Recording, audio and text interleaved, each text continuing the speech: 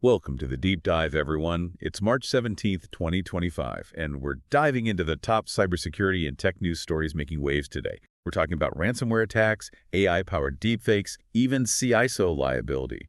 Plus, we'll see if government cybersecurity initiatives are actually working.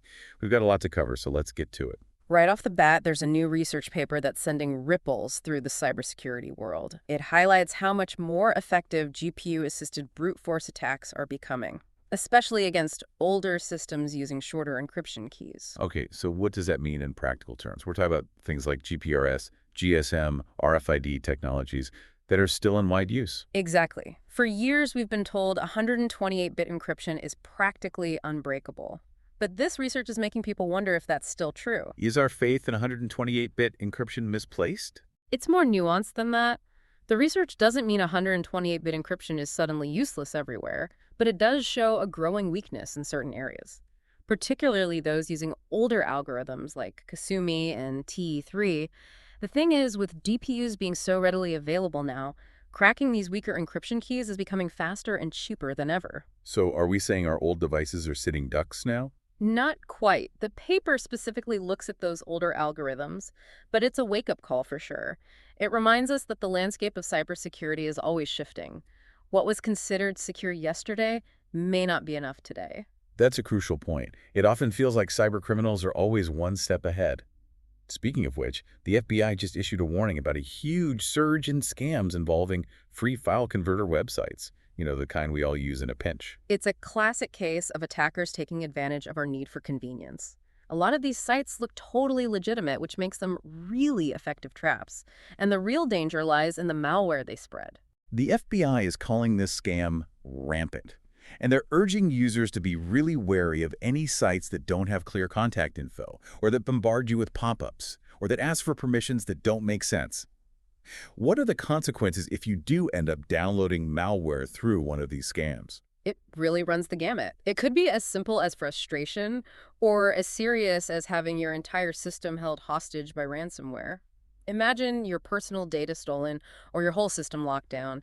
These scams can have a huge impact on your finances, your privacy, your entire digital life. Speaking of system disruptions, Google is finally pushing out a fix for that Chromecast bug that bricks so many devices. But there's a catch, right? Users who did a factory reset are out of luck. Yeah, it's a tricky situation. This highlights how tough it can be to find the right balance between fixing bugs and dealing with the unintended consequences of software updates, especially for IoT devices. It's a reminder that sometimes trying to fix a problem can actually make things worse. It's certainly frustrating for anyone who rushed to do a factory reset. It makes you wonder, are we becoming too reliant on technology that we don't fully understand? That's a good question. We often trust these devices implicitly, but this Chromecast situation shows how important it is to do your research before taking drastic troubleshooting measures. It's a lesson in patience and in understanding the potential risks involved. Now, let's shift gears and look at the UK. There's a news roundup that paints a pretty concerning picture of their cybersecurity landscape. First up, the UK government is demanding backdoor access to iCloud backups. This has actually forced Apple to disable its advanced data protection feature for UK users. This has triggered a huge debate about privacy and security. It's a complex issue with no easy answers. On one hand, law enforcement agencies argue that encryption is hindering their ability to investigate crime. But on the other hand, privacy advocates warn that creating backdoors weakens encryption for everyone and could set a very dangerous precedent. Adding to the UK's cybersecurity woes, the Sellafield nuclear site, even with improvements to its physical security, is still vulnerable to cyber attacks.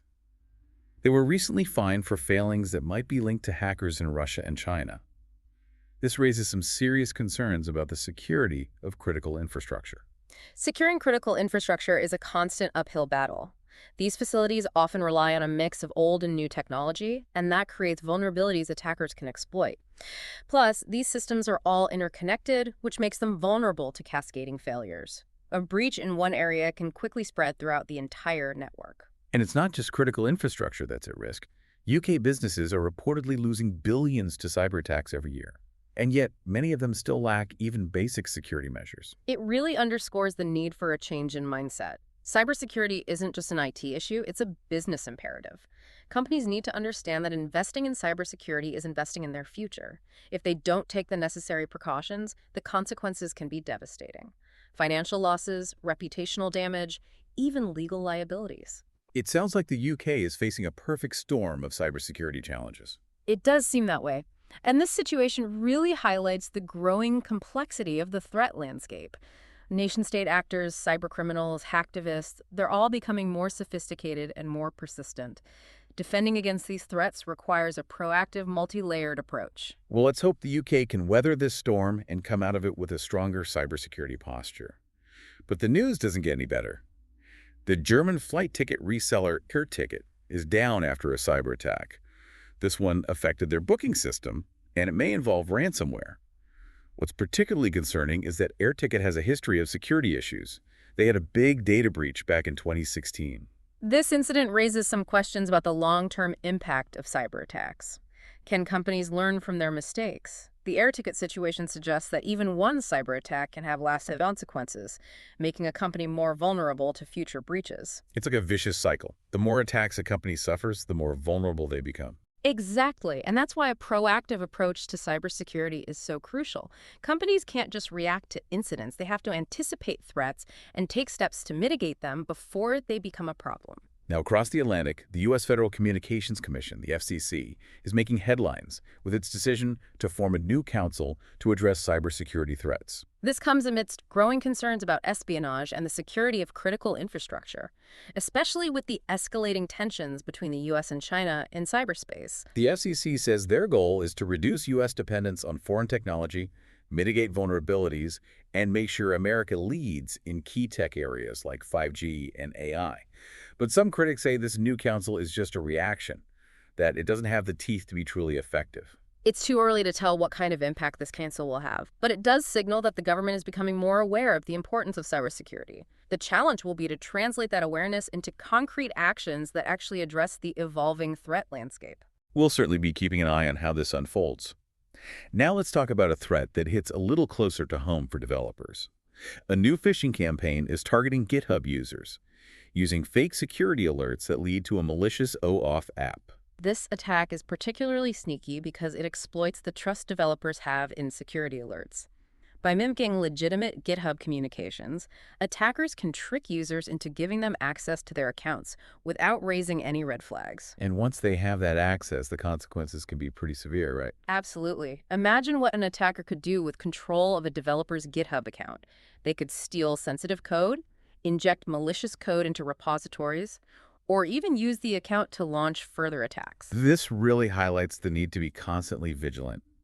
Even when you're dealing with what seems like a legitimate security warning, we need to be critical thinkers and not just blindly trust everything we see online. You're absolutely right. A healthy dose of skepticism is essential in the digital world. We need to question everything, verify information, and take the time to assess potential risks before taking any action. Speaking of emerging risks, there's a report warning of a rise in attacks targeting AI development pipelines.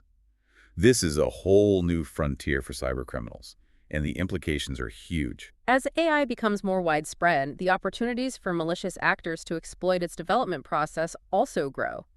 These attacks involve injecting backdoors and vulnerabilities into open-source code and AI models.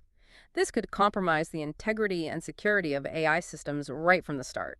That's a scary thought. If attackers can compromise AI systems during development, it makes you wonder if we can trust AI at all. It's a valid concern. We need to think carefully about the security implications of AI and develop strong security measures to protect these systems from malicious actors.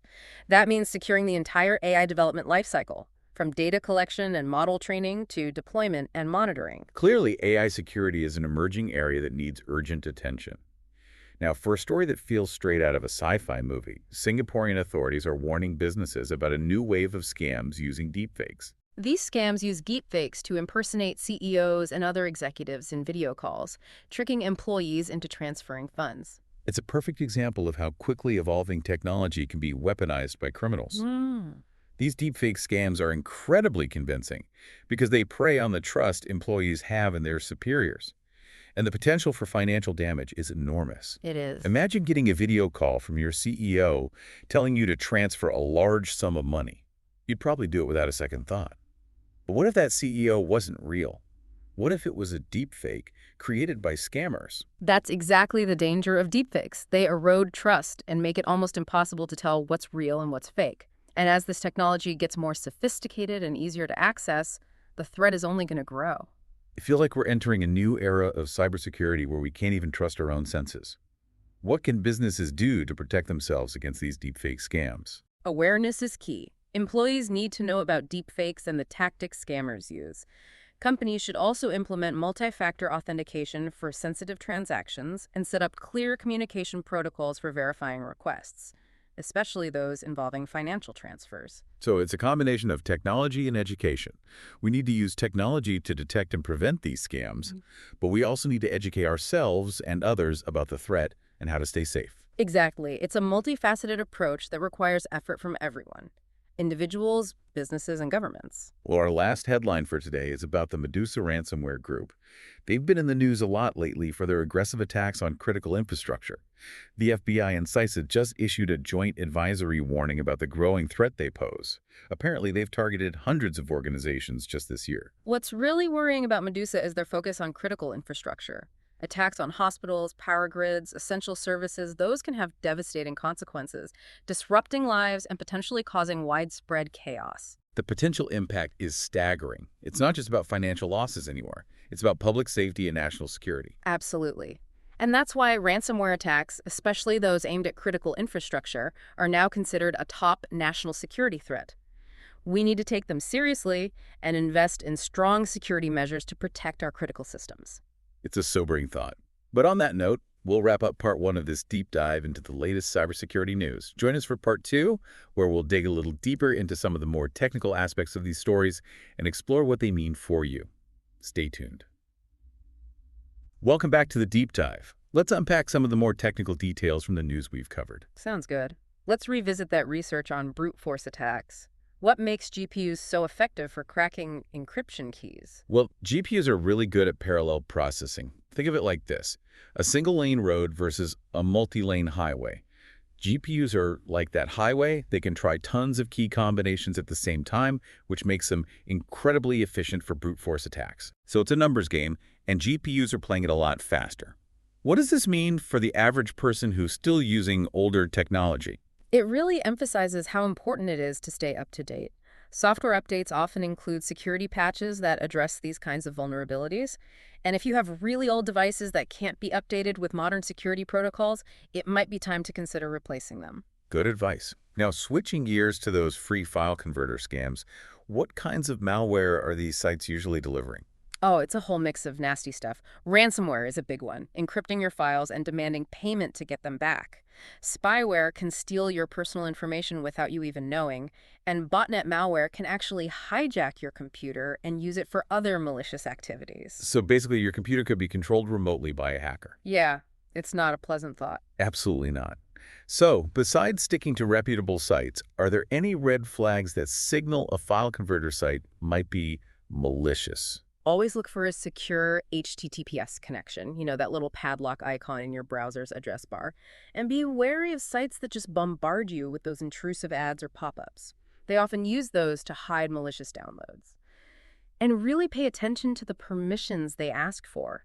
If a simple file conversion wants access to your whole hard drive or your system settings, that's a huge red flag.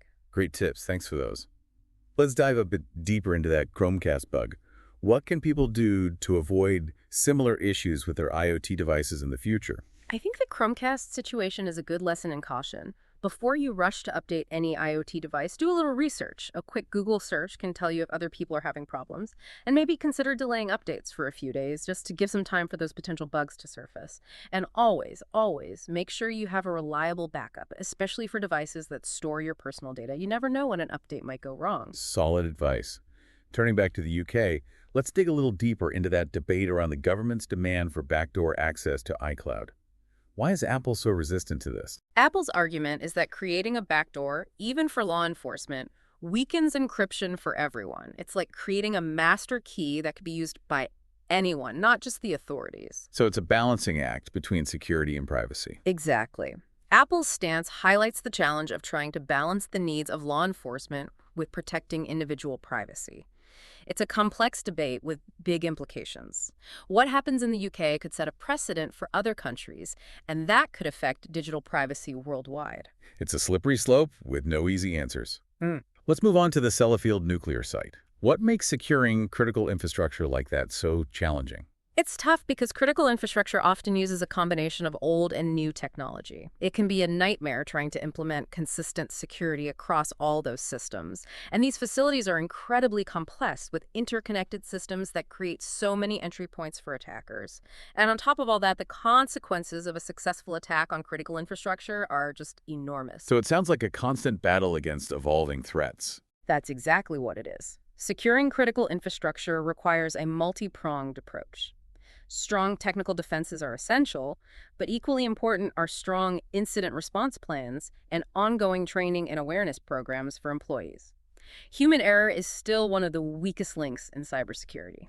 Let's shift gears to those UK businesses that are struggling with cyber attacks. What are some basic security measures that companies should be implementing? The fundamentals are absolutely key. Strong passwords and multi-factor authentication should be standard. Keep software up to date to patch vulnerabilities. Use firewalls and antivirus software as your first line of defense. And never underestimate the importance of data backups. Having a recent backup can be a lifesaver if you get hit by a ransomware attack. It's all about having a solid foundation and not neglecting the basics. Now let's think about the air ticket cyber attack. What lessons can businesses learn from the repeated security issues? I think AirTicket really shows that cybersecurity is an ongoing journey, not a destination. One attack can have ripple effects, leaving you more vulnerable in the long run. Companies need to shift from a reactive to a proactive approach to security, conduct regular security assessments, stay ahead of threats, and have a solid incident response plan ready to go. Proactive security is crucial. Okay, let's delve into the FCC's new Cybersecurity Council. What are some potential challenges and criticisms they might face? Well, one criticism is that the FCC mainly regulates the communications industry. So some people are questioning whether they have the authority or the expertise to deal with the full range of cybersecurity threats. There's also the argument that this council doesn't have enough enforcement power to really make a difference. And there are concerns about the focus on China, which some say could escalate tensions and lead to a more hostile cyber environment. So there are worries about the council's scope and how it might affect international relations. Yeah, exactly. Their actions will need to be carefully thought out to balance national security with other things like free speech and international cooperation. It's a delicate balancing act with a lot at stake. Let's get a little more technical for a minute and talk about that GitHub phishing campaign. How exactly does this malicious OAP work? It takes advantage of OAuth, which is a protocol that lets websites access your info on other sites without directly using your password. Think about when you log into a website using your Google or Facebook account. That's OAuth in action. Okay, I see. So how does this phishing campaign exploit that? These fake security alerts are designed to look like real communications from GitHub, urging developers to take action to secure their accounts. They include links that take you to a page that looks exactly like GitHub's login screen, but it's actually fake. When you enter your credentials, the attackers use that information to authorize a malicious app, and that gives them access to your account. It's a clever way to take advantage of the trust we put in these authentication systems. It really is, and it shows why it's so important to pay attention to every request for access to your accounts. Look closely at the permissions they're asking for and be suspicious of anything that seems unusual or unexpected. If something feels off, reach out to the service provider directly to confirm the request is legitimate. So be informed and be cautious. Now, those attacks on AI development pipelines, that seems like a problem for big tech companies. Does this have any implications for the average person? As AI becomes more and more integrated into our lives, the security of those systems becomes everyone's problem.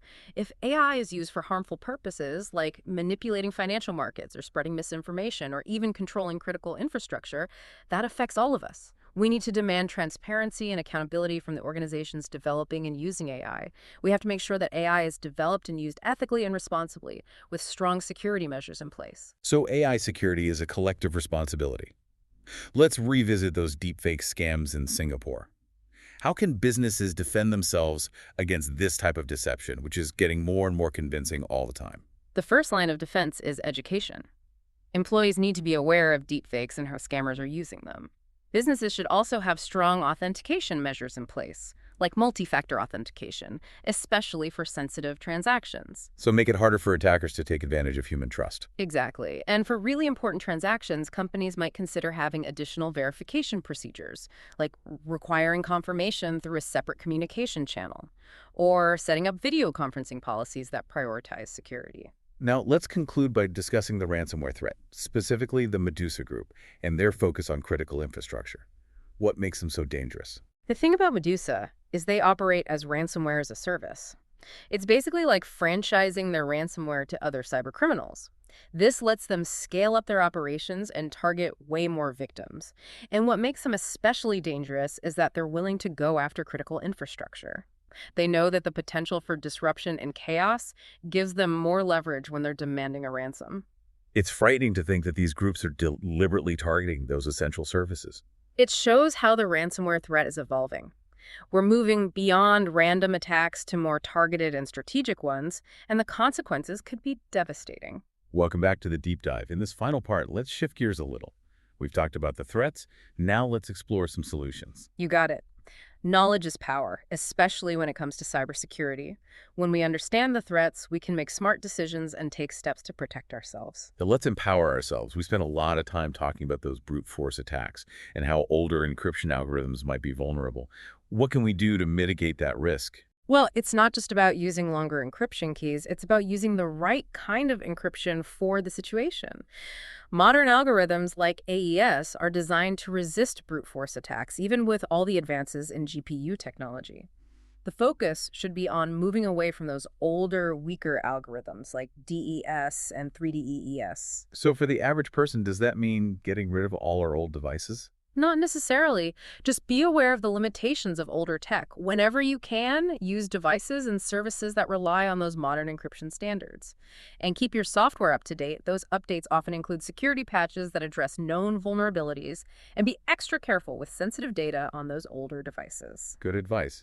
Now let's talk about those free file converter scams. They seem to be everywhere, and it's so easy to fall into that trap of convenience. How can we avoid becoming victims? Honestly, a healthy dose of skepticism goes a long way. If something seems too good to be true, it probably is. Stick to reputable websites for file conversion, or think about using software you already have on your computer. Most operating systems and office suites have built-in file conversion tools. And remember those red flags we talked about. Look for that secure HTTPS connection, watch out for excessive ads and pop-ups, and carefully check those permissions they're asking for before you give them access. Those are some great reminders to stay vigilant. Yeah. We also discussed the Chromecast situation and how important it is to be cautious with those IoT device updates. Updates are crucial for fixing bugs and security holes, but how do we strike that balance between staying updated and avoiding potential issues? It's about being proactive and informed. Before you install any update, take a few minutes to do some research. Check the manufacturer's website or online forums to see if anyone else is having issues. Maybe hold off on the update for a couple of days and see if any problems pop up. And always back up your data before updating, especially if it's a device that has personal information stored on it. A little bit of caution can save you a lot of headaches. That's a good point. Backups are so important, but often overlooked. Now let's turn back to that debate in the UK about backdoor access to iCloud. What can people do to protect their data, especially with this legal and political battle going on? Well, while we wait to see how that all plays out, individuals can still take steps to boost their privacy. Think about using end-to-end encrypted messaging apps like Signal or WhatsApp for sensitive conversations. Be mindful of what data you store in the cloud and look into cloud storage providers that offer strong encryption and privacy protections. And stay informed about the debate and speak up for strong encryption and privacy rights. Your voice matters. It's good to know we're not completely powerless in this. Speaking of feeling powerless, we talked about securing critical infrastructure, which can seem like something beyond the reach of us everyday users. Is there anything we can do to help make the digital world more secure? Absolutely. Support policies and organizations that promote good cybersecurity practices and push for responsible tech development. Stay informed about these issues and talk to others about them. And most importantly, practice good cyber hygiene in your own life. Use strong passwords, be cautious about phishing emails, keep your software updated, and report any suspicious activity. Every little bit helps. So it's a shared responsibility. We all have a role to play. Now, what about those UK businesses that are losing so much money to cyber attacks? What are some practical steps they can take to improve their security posture? The fundamentals are crucial. Make sure you have strong passwords and multi-factor authentication in place. Update software regularly. Install firewalls and antivirus protection.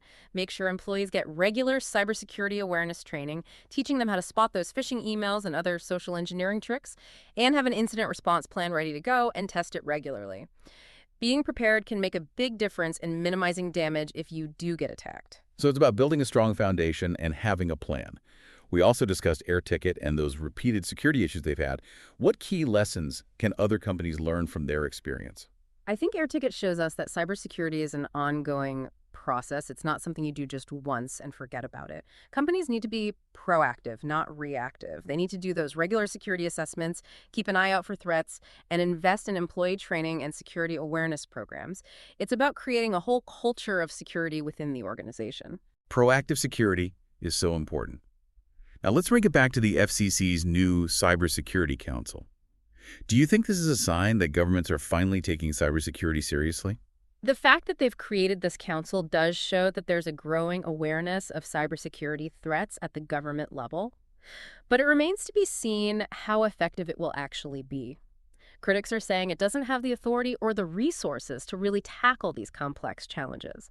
We need to stay vigilant and make sure that government actions in the realm of cybersecurity are balanced, respecting fundamental rights and freedoms, while also effectively addressing the threat landscape as it evolves. So finding that right balance between security and freedom is key.